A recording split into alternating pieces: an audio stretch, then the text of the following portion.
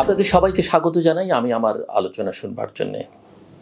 আজকের এই আলোচনায় আমি বাংলাদেশের আগামী দিনের জন্য কিছু সতর্ক বার্তা উচ্চারণ করতে চাই। আমি জানি না সরকার, রাজনৈতিক দলগুলো বা সংশ্লিষ্টরা এটা কতটা শুনবেন, কিন্তু একজন নাগরিক হিসেবে আমি মনে করি এই বিষয়ে আমাদের জানা থাকা ভালো, সতর্ক থাকা ভালো, সজাগ থাকা ভালো এবং যে যার অবস্থান থেকে প্রয়োজনীয় কর্তব্যটুকু করা ভালো। শুরুতেই আমি সরকারকে একটা ধন্যবাদ জানাতে চাই। অনেকেরই ধারণা যে আমি কেবলমাত্র নেতিবাচক কথাবার্তা বলি, ভালো কিছু দেখি না। তবে পরে যে কথাগুলো বলবো সেটা অত্যন্ত গুরুত্বপূর্ণ এবং সেটার সঙ্গে এই যে ধন্যবাদ জানাচ্ছি তারও একটা পরোক্ষ সম্পর্ক থাকতে পারে, যদিও সব কিছুকে নেগেটিভলি দেখবার কোনো প্রয়োজনীয়তা নেই বা দরকারও নেই। ধন্যবাদটা এই কারণে যে এবার রমজানের দ্রব্যমূল্যের যে ঊর্ধ্বগতি সেটা সরকার রোধ করতে দিতে পেরেছে এবং সম্ভবত গত কয়েক বছরের মধ্যে এবার রমজান মাসে নিত্য প্রয়োজনীয় দ্রব্যমূল্য সবচেয়ে কম। রোজার আগে এটা নিয়ে আতঙ্কে ছিলাম আমি নিজেও এটা নিয়ে কথা বলেছি। মানুষের মধ্যে নানা অস্বস্তি ছিল, মানুষ অতিষ্ঠ ছিল, কিন্তু রমজানের যে কোনোভাবেই হোক, অনেকে এটাকে মিরাকল বলেন, যে সরকার পুরো জিনিসটাকে অত্যন্ত নিয়ন্ত্রণের মধ্যে নিয়ে এসছে। চাইলে যে পারা যায় এটা তার একটা উদাহরণ। এর সঙ্গে অন্য কিছু সম্পর্ক আছে কিনা, নতুন করে আস্থা অর্জন করবার বিশেষ কোনো চেষ্টা আছে কিনা সেটা অন্য বিষয়, কিন্তু মূল কথা আমরা মানুষ নাগরিকরা বাজারে গিয়ে খুব একটা কষ্ট পেতে হচ্ছে না। আমি এই জন্যে সরকারকে ধন্যবাদ জানাতে চাই। এবার আসুন আমার সতর্ক বার্তাগুলো কি। আমি যেটা লক্ষ্য করছি বা আমি যেটা বুঝতে পারছি বা আমার নানান সোর্স যেসব ইনফরমেশন আমাকে প্রোভাইড করে বা আমি যেগুলো কালেক্ট করি সেগুলো অ্যানালাইসিস করলে যা দাঁড়াচ্ছে সেটি আমি আপনাদেরকে বলতে চাই। আমি মনে করি একজন সাংবাদিক হিসেবে সেটাই আমার কাজ। আমি যা বলবো সব হবে এমনটা মনে করবার কোনো কারণ নেই, আবার হবে না সেটা মনে করবারও কোনো কারণ নেই, এবং কোনোটা যে সময়টাতে বলবো সেই সময়টাতে না হলেও পরবর্তীতে যা হবে না নিকট ভবিষ্যতে বা একটু মধ্যবর্তী ভবিষ্যতে বা দূর ভবিষ্যতে সেটা বলা যাবে না, কিন্তু বিষয়গুলো প্রণিধানযোগ্য। আমার মোটামুটিভাবে ধারণা হচ্ছে যে সরকারের মধ্যে অনেকগুলো গ্রুপ আছে আমরা জানি, কিন্তু মূল প্রবণতা যেটা এবং সবাইকে বিলিয়ে সবার সিদ্ধান্ত যেটা এক জায়গায় যদি করি আমরা, তাহলে এই সরকার যদিও তারা বলছে 25শে ডিসেম্বর, 26শে মার্চ, 26শে জুন এইরকম এক ধরনের খেলাধুলার মধ্যে আছে তারা, কিন্তু আমার ধারণা তারা এই সময়ের মধ্যে নির্বাচন দিতে চাইছে না বা চাইবে না, নাও হতে পারে নির্বাচন। তাদের একটা চেষ্টা থাকবে 3-4 বছর ক্ষমতাটাকে দীর্ঘায়িত করবার। এটা মোটামুটিভাবে আমার কাছে পরিষ্কার। এখন যদি নির্বাচনটা হয়ে যায় 25শে, তাহলে কি আপনি বলবেন আমি ভুল বলেছি? আপনি বলতে পারেন, কিন্তু আমার যুক্তি থাকবে যে নির্বাচনটা যদি 25শে করতে হয় তাহলে রাজনৈতিক দলগুলোর বা নাগরিকদের মধ্যে যারা নির্বাচন চাইছেন তাদের সরকারকে ব্যাপক চাপ প্রয়োগ করতে হবে। একটা আন্দোলন সংগ্রাম ছাড়া নির্বাচন 25শে ডিসেম্বরে হচ্ছে না। দ্বিতীয়ত যেটা আমার ধারণা সেটা হচ্ছে যে সরকারি যে সংবিধান সংশোধন করা নিয়ে অনেক কথাবার্তা হয়েছে, কমিশন হয়েছে, জাতীয় ঐকমত্য কমিশন হচ্ছে। সরকার আসলে সংবিধানের, এখন বলা হচ্ছে গণপরিষদ নির্বাচন আগে, সংসদ নির্বাচন পরে, কিন্তু মূল কথা হচ্ছে গণপরিষদ নির্বাচন করে হোক আর অধ্যাদেশ দিয়ে হোক, সরকার তার মতো করে সংবিধানটা পরিবর্তন করতে চাইবে এবং এই বিষয়ে আমার ধারণা তারা মোটামুটিভাবে একটা স্থির সিদ্ধান্তে পৌঁছেছে বা এই চেষ্টাটা তাদের মধ্যে প্রবল হবে। যদি না হয় সেটাও আসলে জনতার চাপে, রাজনৈতিক দলগুলোর চাপে না হতে পারে, কিন্তু লক্ষণ যেটা যে সেই চাপ প্রয়োগ করবার মতো কোনো লক্ষণ আমি দেখতে পাচ্ছি না রাজনৈতিক দলগুলো, বিশেষ করে ক্রিয়াশীল বড় রাজনৈতিক দলগুলোর মধ্যে। তাদের মধ্যে নিজেদের মধ্যে ইতিমধ্যে নানা রকমের বিবাদ আছে, কিন্তু প্রধান যে শক্তি রাজনৈতিক দল বাংলাদেশ জাতীয়তাবাদী দল যে কোনো কারণেই হোক, তারা খানিকটা দ্বিধাগ্রস্ত। এটা বললে বোধহয় খুব অত্যুক্তি হবে না যে 15 বছরের শেখ হাসিনার আমলের নিপীড়ন নিষ্পেষণের ফলে তাদের মধ্যে যে ভয় ঢুকে গেছে মনের মধ্যে, সেই ভয় থেকে, সেই ট্রমা থেকে তারা বেরোতে পারছে না।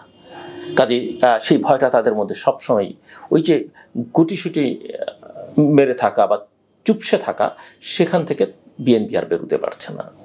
যদিও তাদের ব্যাপক জনসমর্থন রয়েছে, সংগঠন হিসেবে একটা বড় সংগঠন, অভিজ্ঞ নেতারা আছে, অনেক তরুণ শক্তি তাদের আছে, কিন্তু সেই ভয়ের একটা খোলস যার মধ্যে তারা আটকে ছিল, সেখান থেকে তারা বেরোতে পারছে না।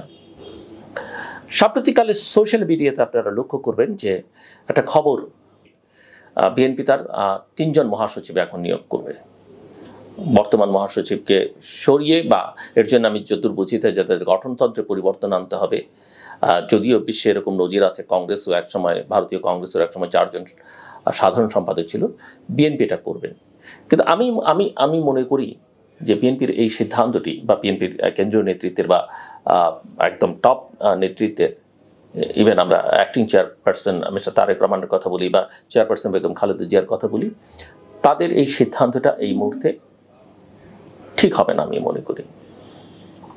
এটা তারা করতে পারেন যখন দলের কাউন্সিল হবে, সম্মেলন হবে, তার মধ্য দিয়ে তারা এই সিদ্ধান্তটা নিলে ভালো করবেন। এটা হচ্ছে এক কথা। তারা যে গণতন্ত্রের চর্চা করতে চান, গণতান্ত্রিক প্রক্রিয়া থাকতে চান, সেটা জনগণকে বোঝাবার জন্য যখন অনেক ধরনের রিফর্মসের কথা হচ্ছে, সেই সময় করলে ভালো হবেন। এখন তাদের দলের মধ্যে নানা রকমের প্রয়োজনীয়তা থাকতে পারে।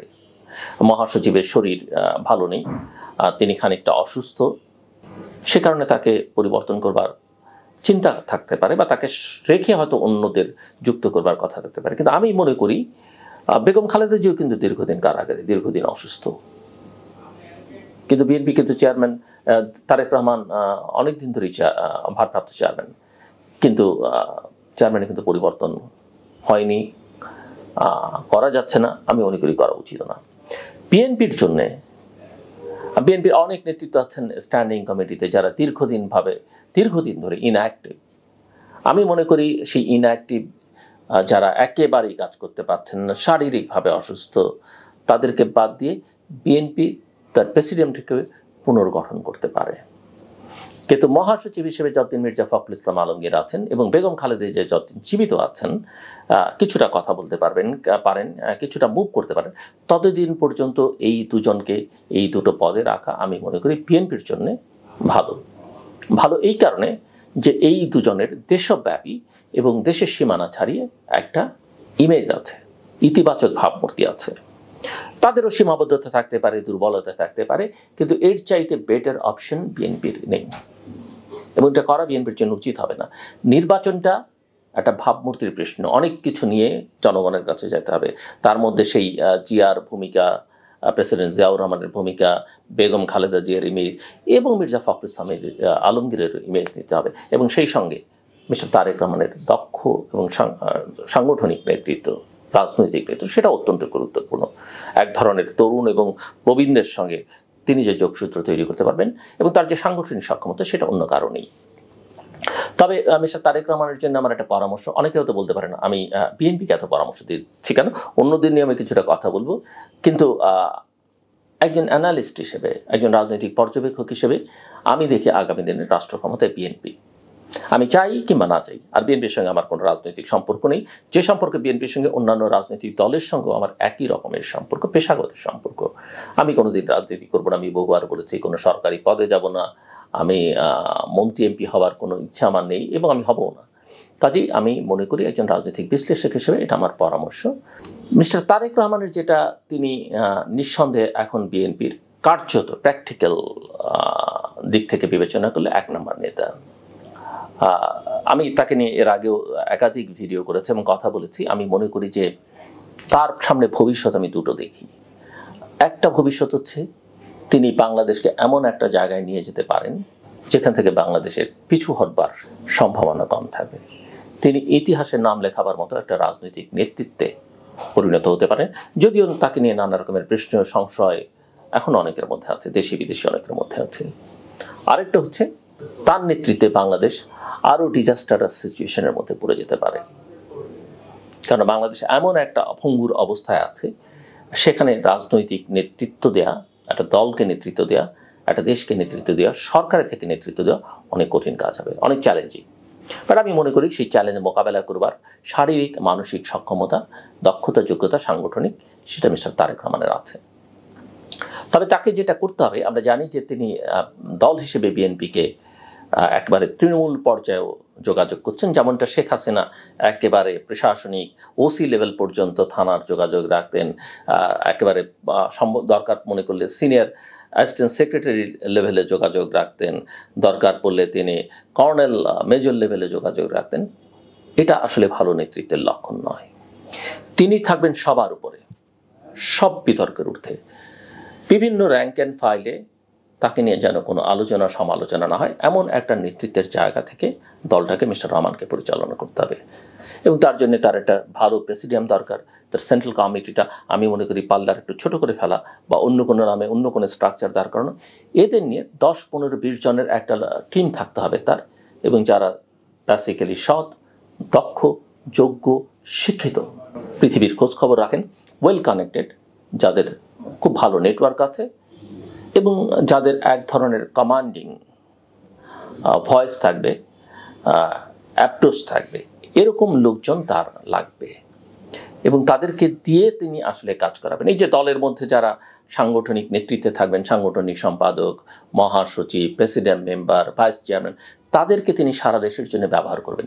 কিন্তু সব লেভেলে আমি মনে করি জেলা পর্যায়ে, উপজেলা পর্যায়ে, ইউনিয়ন পর্যায়ে তিনি যদি মনোযোগ দেন, তাহলে বাংলাদেশের যে চাহিদা, বাংলাদেশের যে প্রয়োজন বিশ্ব পরিসরে, আমি তো মনে করি বাংলাদেশকে এশিয়ায় একটা সিগনিফিক্যান্ট প্লেয়ার হিসেবে অত্যন্ত গুরুত্বপূর্ণ একটা ভূমিকায় এশিয়ার মধ্যেই বাংলাদেশকে আমরা নিয়ে যেতে পারি আগামী কয়েক বছরের মধ্যে। সাউথ এশিয়া তো বটেই, কিন্তু তার জন্যে যে নেতা দরকার, সেই নেতাকে আসলে অনেক বেশি বহির্মুখী, অনেক বেশি বড় পরিসরে চিন্তা করবে, ছোট ছোট বিষয় নিয়ে চিন্তা করলে তাকে হবে না।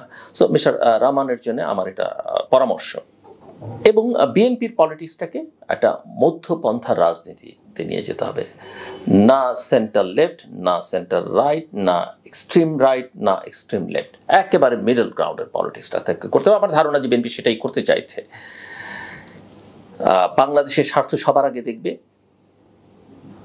এবং democratic values, human rights, rule of law, এই জায়গাগুলোতে জোর দেবে, এমন একটা পলিটিক্স বিএনপিকে আসলে করতে হবে এবং বিএনপির রাজনীতিটা আসলে ঠিক করতে হবে, পরিষ্কার করতে হবে এবং সবার সঙ্গে বন্ধুত্ব, কারোর সঙ্গে বৈরিতা নেই, সেই জায়গায় বিএনপির থাকলে চলবে না। বাংলাদেশের স্বার্থ যেখানে, সেখানে তার সম্পর্কটা বাড়াতে হবে। বৈদেশিক সম্পর্কের ক্ষেত্রে যেখানে স্বার্থ নেই, মিনিমাম সম্পর্ক রেখে তারা চলবেন।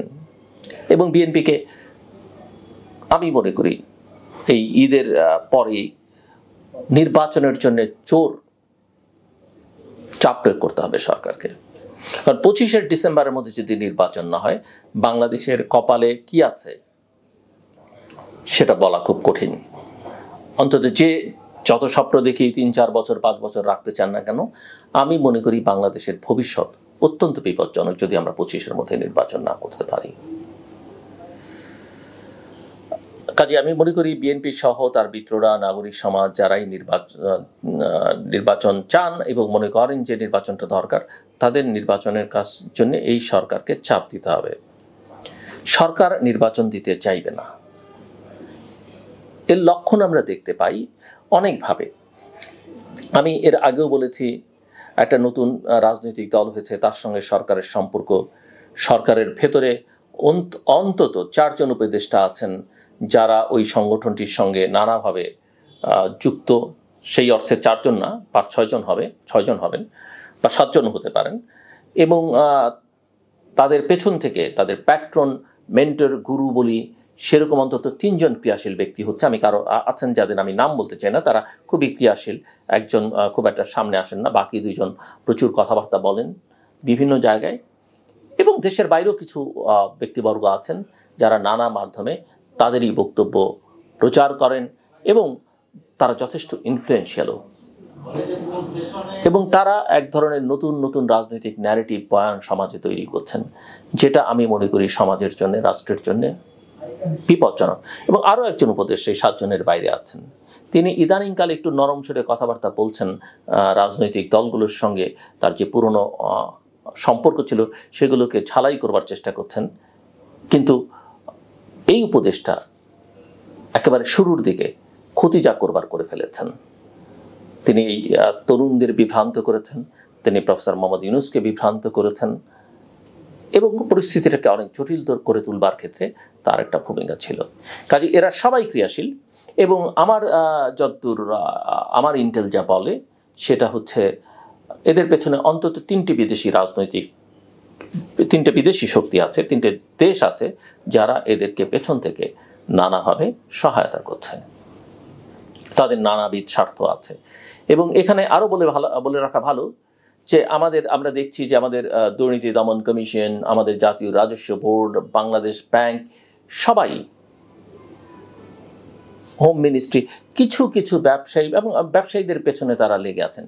কিন্তু লক্ষ্য করলে দেখবেন কিছু কিছু ব্যবসায়ী যারা বিগত আমলে সরকারের সঙ্গে ব্যবসা করেছে, দোসর ছিল, এমনকি যে কোনো এক্সটেন্টে শেখ হাসিনার সঙ্গে যেতে প্রস্তুত ছিল, তাদের কিন্তু কেউ কিছু বলছে না, বলছে টুকটাক ছোটোখাটো, তাদের যে ভলিউম সেই হিসেবে কিছু বলছে না।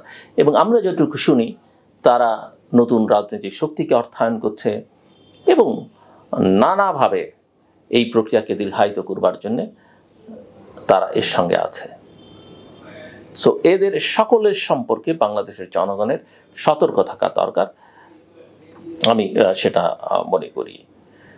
আন্তর্জাতিকভাবে আমি যেটা বুঝতে পারি যে পশ্চিমা দেশগুলো, মার্কিন যুক্তরাষ্ট্র, তাদের 5 তারিখ পর্যন্ত যেটা চাওয়া অগাস্টের 24-এর, সেটা তাদের পূরণ হয়েছে, দু একটি ছোটোখাটো ব্যতিক্রম বাদ দিয়ে।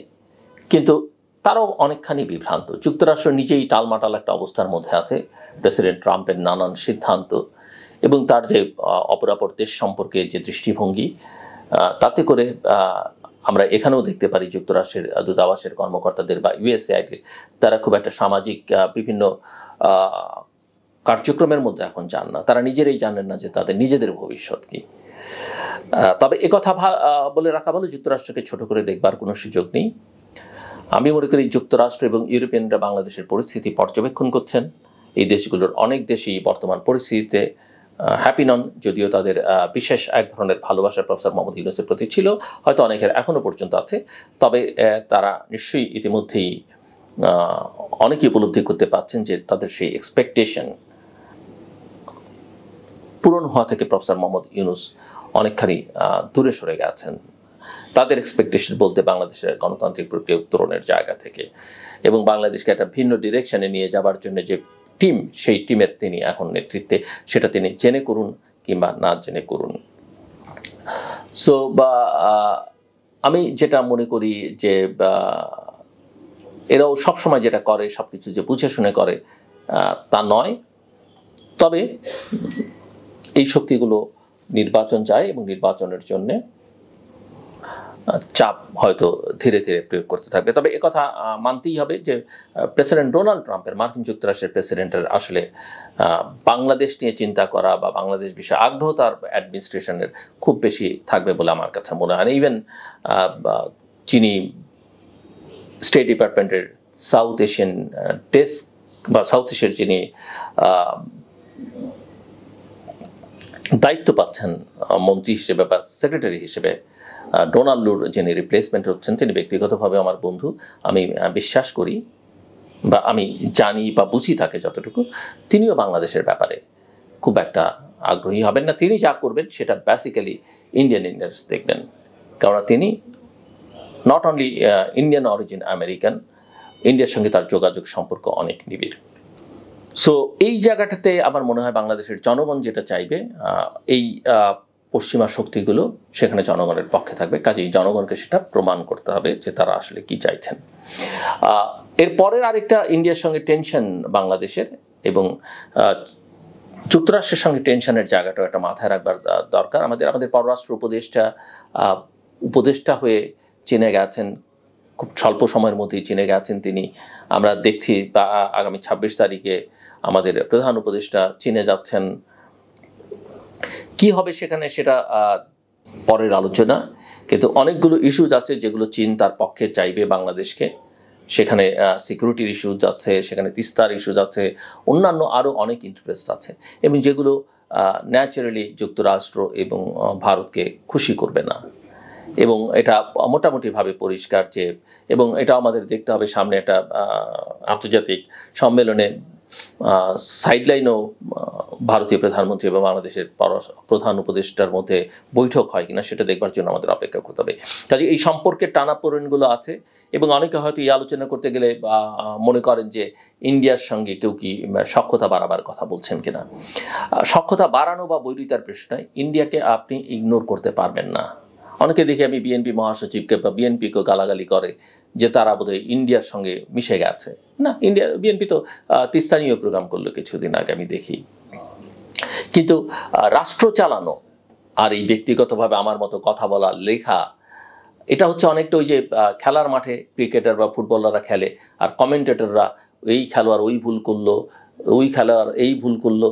বাস্তবে আসলে খেলার মাঠে যে খেলে সেই জানে কোন পরিস্থিতি, তার তখনকার ফিজিক্যাল কন্ডিশন, তার তখন মাঠের পরিস্থিতি, তার মেন্টাল কন্ডিশন অনেক কিছুর উপরে ডিপেন্ড করে। একইভাবে যখন লেখালেখি কেউ করে, একটা বই যখন লেখেন, বইয়ের লেখক আর বইয়ের রিভিউয়ারের মধ্যে কিন্তু একটা বড় পার্থক্য আছে, সেটা আমরা অনেক সময় ভুলে যাই। তো এই জায়গায় আমি যেটা মনে করি যে যারা রাষ্ট্র চালায় বা যারা বড় বড় রাজনৈতিক দল, তাদের বিবেচনা, তাদের স্টেক অনেক বেশি। এটা আমাদের মতো, হ্যাঁ অবশ্যই আমরা আমাদের কথাগুলো বলবো, সেগুলো তারা শুনবেন, তারা বিবেচনা করবেন, কিন্তু তারা জানেন আসলে তাদের কী করতে হবে। তারা যে ভুল করেন না তা না, তারা যে অন্যায় করেন না তা না, সেটা করেন, কিন্তু অনেক ক্ষেত্রে আমরা সেটা বিবেচনার মধ্যে রাখি না। সো আমি যেটা মনে করি যে খেলার মাঠে খেলা আর মতামত দেওয়ার মধ্যে অনেক পার্থক্য আছে। আওয়ামী লীগ কী করবে সেটা নিয়ে অনেক আলোচনা হচ্ছে। অনেকে বলছেন যে তাদের বিচার টিচার করা ছাড়া নির্বাচনের দাবি যে করবে তারা তাদের দোসর এবং নির্বাচন হবে না। কিন্তু বাস্তবতা হচ্ছে যে আওয়ামী লীগকে বাদ দিয়ে নির্বাচন করলে আন্তর্জাতিকভাবে সেই নির্বাচন, এমনকি জাতিসংঘের কাছে সেই নির্বাচন গ্রহণযোগ্য হবে না। এটা ইতিমধ্যেই সবাই আভাস দিয়েছে। এখন আওয়ামী লীগকে পারবে নির্বাচন করতে? আমার কাছে মনে হয় না আওয়ামী লীগের সেই শক্তি আছে, মরাল স্ট্রেংথ আছে 10, 15, 20 বছর। কিন্তু এই সরকার যদি যে পথে চলছে এই পথে হাঁটতে থাকে বা ভবিষ্যতে ক্ষমতায় এসে বিএনপি যদি বড় রকমের ভুল করতে থাকে, আওয়ামী লীগের সম্ভাবনাটা বাড়তে থাকবে। কিন্তু আমি যেটা মনে করি যে আওয়ামী লীগের যে রাজনীতি সেটা থাকবে, এটা ভুললে আমাদের চলবে না। আওয়ামী লীগ বাংলাদেশের সবচেয়ে পুরনো একটা রাজনৈতিক দল, এটা আমাদের ভুললে চলবে না। বাংলাদেশের মুক্তিযুদ্ধের সময়কার নেতৃত্বে, ভালো লাগুক আমাদের না লাগুক, তারাই নেতৃত্বে ছিল। বাংলাদেশের অনেক গণতান্ত্রিক সংগ্রামেও তারা নেতৃত্বে ছিল বা অন্যদের সঙ্গে ছিল। আওয়ামী লীগের যে রাজনীতি সেই রাজনীতিটা থাকবে বাংলাদেশে, এবং যে কারণে আওয়ামী লীগও থাকবে। এখন আওয়ামী লীগের রাজনীতিতে ফেরত আসার উপায় কি? একটাই উপায়, আগামী 1-2টা ইলেকশনে তারা আসবেন এরকমটি মনে করবার কোনো কারণ নেই। তাদের লম্বা সময় পাড়ি দিতে হবে। এর আগে যেমন তাদের 21 বছর অপেক্ষা করতে হয়েছিল, আমরা অনেক সময় তাদের গত 15 বছরের কার্যক্রম দেখে অনেকেই বলেছে, আওয়ামী লীগ নেতাদেরও বলেছে যে এরপরে হয়তো 42 বছর লাগবে। আমি সেই ভবিষ্যৎ এক ধরনের রেটরিক সেই আলোচনায় যাচ্ছি না, কিন্তু আওয়ামী লীগের ইলেকশনে ক্যান্ডিডেট দেওয়াও খুব কঠিন হবে, ভালো ক্যান্ডিডেট খুঁজে পাওয়া। তবে আওয়ামী লীগের যে আমার পরামর্শ, যে আওয়ামী লীগ যে অন্যায় করেছে সরকারের থেকে, আওয়ামী লীগ বলতে আমি সব আওয়ামী লীগের নেতাকর্মীকে বোঝাচ্ছি না, তাদেরকে তাদের অনুতাপ অনুশোচনা সেটা জনগণকে জানাতে হবে, ক্ষমা প্রার্থনা করতে হবে। যারা রাজনীতিতে আসবেন নিজেরা দোষ করেননি, তারাও তাদের কলিগদের জন্য সেই ক্ষমাটা আনুষ্ঠানিকভাবে বাংলাদেশের জনগণের কাছে চাইতে হবে। যারা অপরাধ করেছেন সুনির্দিষ্ট, তাদের বিচার হতে হবে। এবং আওয়ামী লীগের এক ধরনের পিউরিফিকেশন দরকার, সেটা করে, কারণ আওয়ামী লীগ স্বাধীনতা যুদ্ধে নেতৃত্ব দিয়েও ক্ষমতায় গিয়ে অনেক ভুল করেছে। একদলীয় শাসন ব্যবস্থা চালু করেছিল, 4টে সংবাদপত্র রেখে সব বন্ধ করে দিয়েছিল, এবং তারপরের ইতিহাস তো আমাদের জানাই। আর বাকি জুলাই আগস্টে যা হয়েছে বা 15 বছর আমাদের চোখের সামনে। কাজে আওয়ামী লীগকে ওগুলো করে ধীরে ধীরে আসলে রাজনীতিতে ফেরত আসবার চেষ্টা করতে হবে। দুটো জিনিস আওয়ামী লীগের দরকার হবে, সেটা হচ্ছে শেখ হাসিনার এন্ডোর্সমেন্ট দরকার হবে নতুন নেতৃত্বের।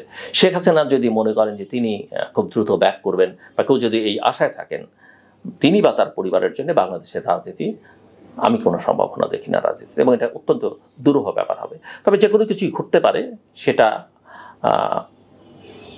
ঘটতেই পারে, সৃষ্টিকর্তা চাইলে ঘটতে পারে, পরিস্থিতি যে কোনো কারণে বদলে গেলে ঘটতে পারে, কিন্তু স্বাভাবিক প্রক্রিয়ায় এটার আমি কোনো সম্ভাবনা দেখি না।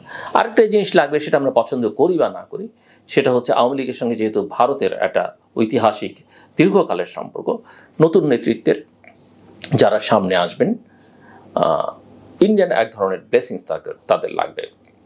ইট ডাজেন্ট মিন যে ভবিষ্যতে বাংলাদেশের রাষ্ট্র ক্ষমতায় বিএনপি, জামাত, অন্য রাজনৈতিক দল আসলে তাদের সঙ্গে ভারতের সম্পর্ক থাকবে না, ভারতের সম্পর্ক থাকবে। কিন্তু এটা আমাদের মানতে হবে ঐতিহাসিকভাবে এখান থেকে ভারতও বেরোতে পারবে না, আওয়ামী লীগও বেরোতে পারবে না। তাদের এক ধরনের সক্ষতা আছে এবং ইন্ডিয়ান ব্লেসিংসটা তা লাগবে। হয়তো 20, 50, 100 বছর পরে এই সম্পর্কটা তাদের নাও থাকতে পারে, কিন্তু আজকে দিন পর্যন্ত দাঁড়িয়ে এটা। এই যে আওয়ামী লীগের ক্ষমা চাইবার প্রশ্ন বললাম না আমি, জামাতের প্রসঙ্গে আমার একই কথা। অনেকে মনে করছেন জামাত বোধহয় ক্ষমতায় চলে যাবে, আমি আগামী কয়েক বছরের মধ্যে সেই সম্ভাবনা দেখি না। অনেকে মনে করছেন জামাত বোধহয় বিরোধী দলে চলে আসবে, সেটাও আমার কাছে এত দ্রুত মনে হয় না। তবে এই কথা ঠিক, জামাত অত্যন্ত সংগঠিত রাজনৈতিক দল, তার একটা রাজনীতি আছে এবং ইতিমধ্যেই আমরা লক্ষ্য করছি দেশের প্রশাসনে, নিরাপত্তা বাহিনীতে হলো কিছু কিছু আইন শৃঙ্খলা রক্ষাকারী বাহিনীতে তাদের ফুটপ্রিন্টস বেশ স্ট্রং, এবং সোসাইটিতে, বিজনেস কমিউনিটিতে, এবং সেটা তারা শক্তিশালী করবার চেষ্টা করছে। সো জামাত এরই রাজনীতি থাকবে এবং এটা আওয়ামী লীগ বন্ধ করতে চেয়েছে, তাদের নেতাদের ফাঁসি দিয়েছে, এগুলো দিয়ে রাজনীতি আসলে বন্ধ করা যায় না, এই রাজনীতিটা থাকবে। কিন্তু জামাতের নেতাকর্মী সমর্থকদের এটা মাথায় রাখতে হবে, জামাতের রাজনীতিতে ভুল করবার ইতিহাস কিন্তু অনেক, জীবনের বহু পর্যায়ে তারা ভুল করেছে। যেমন ধরেন, আমরা তো জামাতকে পাকিস্তানি ঘোষণা বলি, এই পাকিস্তান প্রতিষ্ঠার জন্যে যে আন্দোলন, সেই আন্দোলনে কিন্তু জামাত ছিল না, ছিল কে? শেখ মুজিবুর রহমান।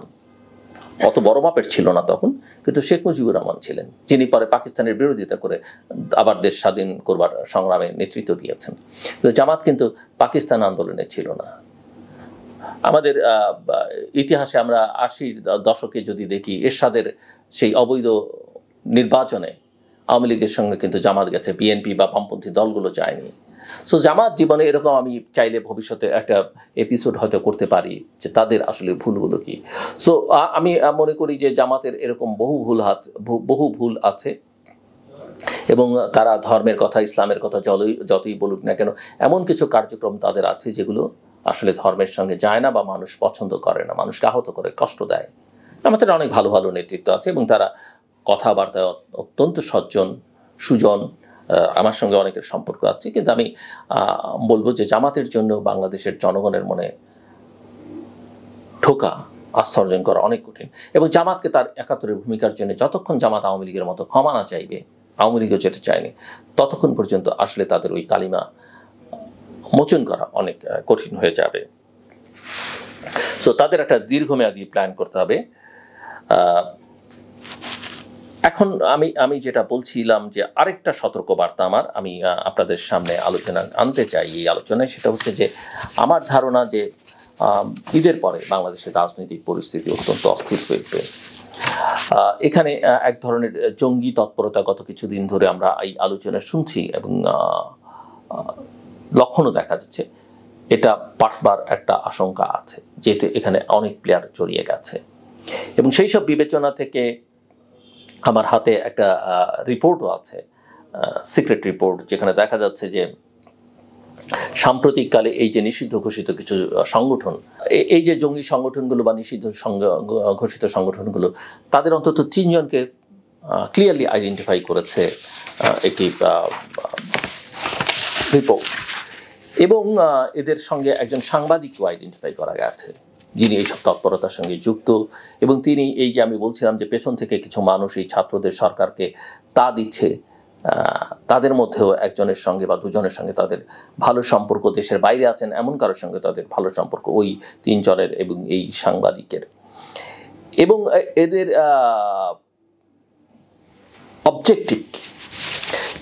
অবজেক্টিভের কয়েকটা থিওরি ওই অ্যানালিস্টরা দাঁড় করিয়েছেন। প্রথম যেটা, আমি খুবই সংক্ষেপে, এটা অনেক বড় রিপোর্ট, যে তারা এক ধরনের ক্যাওস তৈরি করবে ঈদের পরে, অ্যানার্কি তৈরি করবে, যাতে ইলেকশনটাকে ডিলে করা যায়, এবং একটা কাভার্ড রেগুলেশনের চেষ্টা তারা করবে। আরেকটা, দ্বিতীয় আরেক ধরনের ঘটনা ঘটতে পারে, সেটা হচ্ছে যে তারা এই টুলসগুলোকে শুধুমাত্র ইলেকশনকে ডিলে করবার জন্য ব্যবহার করবে। এবং তৃতীয় যেটা, সেটা হচ্ছে যে তাদের মূল লক্ষ্য যেটা, সেটা হচ্ছে যে তারা আসলে বিএনপিকে অত্যন্ত দুর্বল করবার চেষ্টা করবে যে কোনোভাবে, এবং বিএনপির মনোবল ভেঙে দেওয়া থেকে শুরু করে নানাভাবে তাকে দুর্বল করার চেষ্টা করা, এবং ইসলামিস্ট ইনফ্লুয়েন্সকে বাড়ানো আগামী দিনের রাজনীতিতে, এমনকি পার্লামেন্টও সেটার চেষ্টা তারা করবে। সো ফিউচার যেসব পসিবল থ্রেট লক্ষ্য করা যাচ্ছে সেগুলো হচ্ছে যে তারা ওই অতীতের মতো লোকাল কোর্টসগুলোতে হামলা চালাতে পারে, তারা গভর্নমেন্টের বিভিন্ন ইনস্টলেশনে হামলা চালাতে পারে, তারা নানা ধরনের অ্যান্টাই ওমেন অ্যাক্টিভিটিস, যেটা আমরা কিছু কিছু লক্ষণ ইতিমধ্যে দেখছি, সেই ধরনের ক্যাওয়াস তারা তৈরি করতে পারে।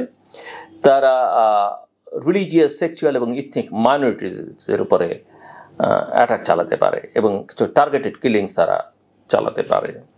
এবং এগুলো, এই ম্যাথোডোলজি ওই রিপোর্টের একটা বেসিক্যালি এসেছে based on social media network analysis এবং রিপোর্টস ফ্রম ডিফারেন্ট সোর্সেস। এবং এই রিপোর্টটিতে অন্তত আমি দেখতে পাচ্ছি যে অন্তত 14 জন ব্যক্তিকে আইডেন্টিফাই করা হয়েছে, যাদের নাম, ডিটেলস, অ্যাক্টিভিটিস, ফটো সবই কিন্তু আছে। সো এই থ্রেটটা আমার মনে হয় সরকার এবং সরকারের সঙ্গে সংশ্লিষ্ট আইন শৃঙ্খলা রক্ষাকারী বাহিনী, গোয়েন্দা সংস্থাগুলো এই বিষয়ে আমার ধারণা তাদের তৎপর থাকা উচিত, এবং তারা হয়তো তৎপর আছেন, কিন্তু এটা তারা মাথায় রাখবেন আমার ধারণা। এবং অনলি সলিউশন সেটা হচ্ছে, শেষ কথা আমি আলোচনাটা শেষ করতে চাই, ইলেকশন। একমাত্র ইলেকশন হলেই, কারণ এই সরকার হয়তো 2-3 বছর সময় সবাই দিত, কিন্তু যেহেতু তারা ওই অর্থে ডেলিভার করতে পারছে না, এফিসিয়েন্সির অভাবটা স্পষ্ট, তারা ফাংশন করছেন না, ভিজিবল না, ইলেকশন ছাড়া আসলে এখানে বিনিয়োগ হবে না, দেশি বিদেশি, এখানে মানুষ আস্থা পাবে না, প্রশাসন কাজ করছে না, করবে না, পুলিশ কাজ করছে না, করবে না।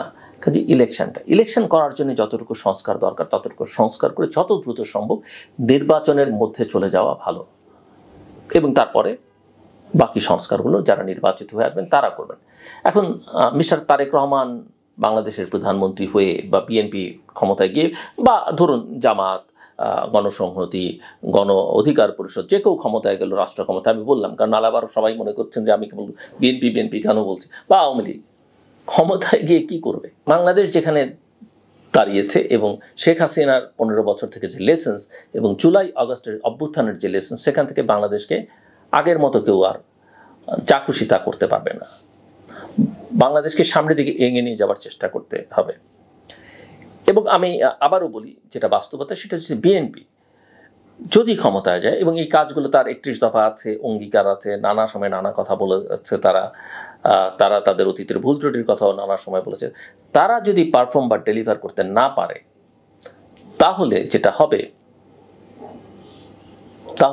হবে তাদের ক্ষমতায় টিকে থাকা কিন্তু কঠিন হবে।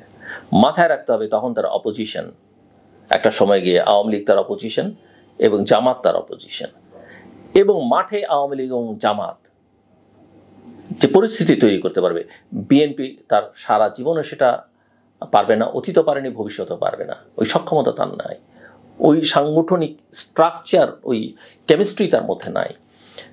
কাজেই সেই অপোজিশনকে সামলানো বিএনপির জন্য কঠিন হবে। কাজে বিএনপিকে আসলে ডেলিভার করতে হবে সততার সঙ্গে, নিষ্ঠার সঙ্গে, আন্তরিকতার সঙ্গে, এবং মানুষ যেন বোঝে, হ্যাঁ, এটা সে পারছে না, ভবিষ্যতে করবে, এখানে নানান সমস্যা আছে, দুর্বলতা আছে, বা এটা সে করছে। আপনি 5টা অ্যাটেম্প নেবেন, 2টা করতে পারবেন, 3টা করতে পারবেন, বা 3টা পারবেন, 2টা পারবেন না, মানুষ মেনে নেবে। কিন্তু আপনি যদি ওই করাপশনের মধ্যে ডুবে যান, আপনি যদি ওই পুয়ার গভর্নেন্স হয়, মানুষ কিন্তু অ্যাকসেপ্ট করবে না। আর যে তারুণ্যের যে উত্থান আমরা দেখেছি, এরা কেউ অ্যাকসেপ্ট করবে না। আর সেখানে যদি আওয়ামী লীগের জামাত থাকে অপোজিশনে, কোনো উপায় নেই। কাজে বিএনপিকে আসলে এখন থেকেই সেভাবে গোছাতে হবে। আমি মনে করি তাদের এখন থেকেই দরকার, তারা কাদেরকে নমিনেট করবেন। আমরা ইতিমধ্যেই শুনেছি যে জামাত সেই কাজটা ইতিমধ্যেই করে ফেলেছে, কাদেরকে ইলেকশনে আসলে প্রার্থী করবেন তাদের নিয়ে কাজ করা দরকার। একটা ক্যাবিনেট শ্যাডো ইতিমধ্যেই তাদের তৈরি করে ফেলা দরকার, 1-2 অল্টারনেটিভ রেখে। এছাড়া তাদের সামনে আসলে কোনো গত্যন্তর পথ আছে বলে মনে হয় না। সব মিলিয়ে সামনের দিনগুলো অত্যন্ত ঝুঁকিপূর্ণ। আমরা সবাই যেন সজাগ থাকি, সতর্ক থাকি এবং ঐক্যবদ্ধ থাকি। আমার কথা শুনবার জন্য অসংখ্য ধন্যবাদ। আপনাদের সবার জন্য শুভকামনা।